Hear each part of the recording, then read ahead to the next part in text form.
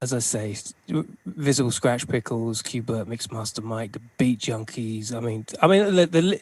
I think when it gets to these certain levels of DJ career stats, you guys need your own basketball cards. You know what I'm saying? You need to have some sort of number ranking or something because just you.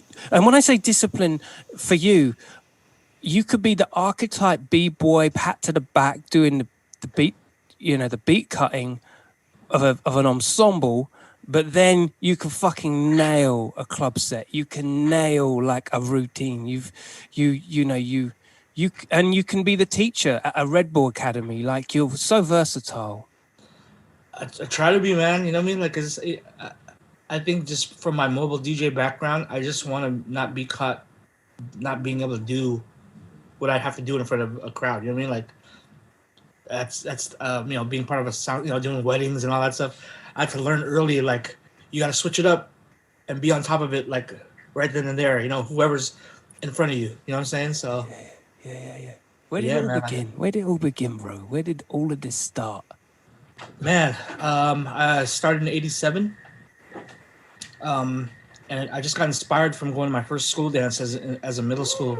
You know what I mean? Like, in middle school, and just, the Bay Area has a big DJ community, a big history of DJing. So, I went to one of my school dances, and then right inside the cafeteria, there was a whole little setup of just like a wall of speakers on each side, and then like a whole truss of lighting. It looked like a little mini rock concert. And I was just so intrigued walking in, like, whoa, you know what I mean? And then in the middle of all that was no band, but just one DJ just mixing it. And ever since then, I got hooked, man. It seems to me that for the mid-90s, the Bay Area was like serving DJs like, you guys, I don't know what you had in your breakfast, but it was just like, yo. No, that's it. I mean, like I said, all of us, each and every one of us, Mike, Q, Apollo, we all come from mobile sound systems. And, but, battling back then we used to battle back then as well. Sound systems used to battle. So whoever the winner was, word got around, and that's how you got work. That's amazing. So back to the roots of things, you guys were doing the proper sound system thing. Yeah, absolutely. I did sound systems from '87 to '95. I was still battling, and I was still doing sound systems. Was that a Bay thing? Was that a Bay Area thing?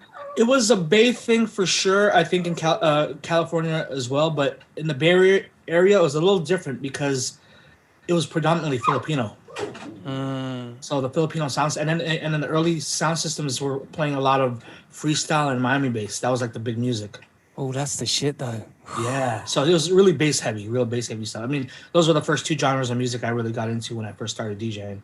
So, but with that, then you start learning about everything else. But like I said, all of us come from that. And I'll give you a scenario too.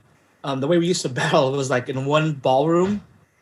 In each corner of the room would be a setup separately. You know what I mean? Like, so like 4 little concert setups. Like, what? And it's like almost, I don't know if you're familiar with car shows, but they would judge everyone like so the winner tonight of the best sound was so and so. You know what I mean? And then that's amazing. And then the best lighting had who had the best setup here for lighting, and then them, and then the overall DJ, like it was just that's amazing. And then when the word got out about that, that's when people started getting booked out for like weddings and birthdays and school dances and stuff like that. So yeah, it's just the history in the Bay Area for DJs. We go deep, you know what I'm saying? And I think it's like a mini ecosystem of really scene building. Yeah, absolutely. Like, that's why there's only I think there was a few of us who kind of, when that scene died down, there was a few of us who just took DJing and just kept it, still kept it going. Yeah. Is there any particular names that you for one were like, yo, those guys or that DJ was amazing, but never really got the light of day over there, prior to the explosion?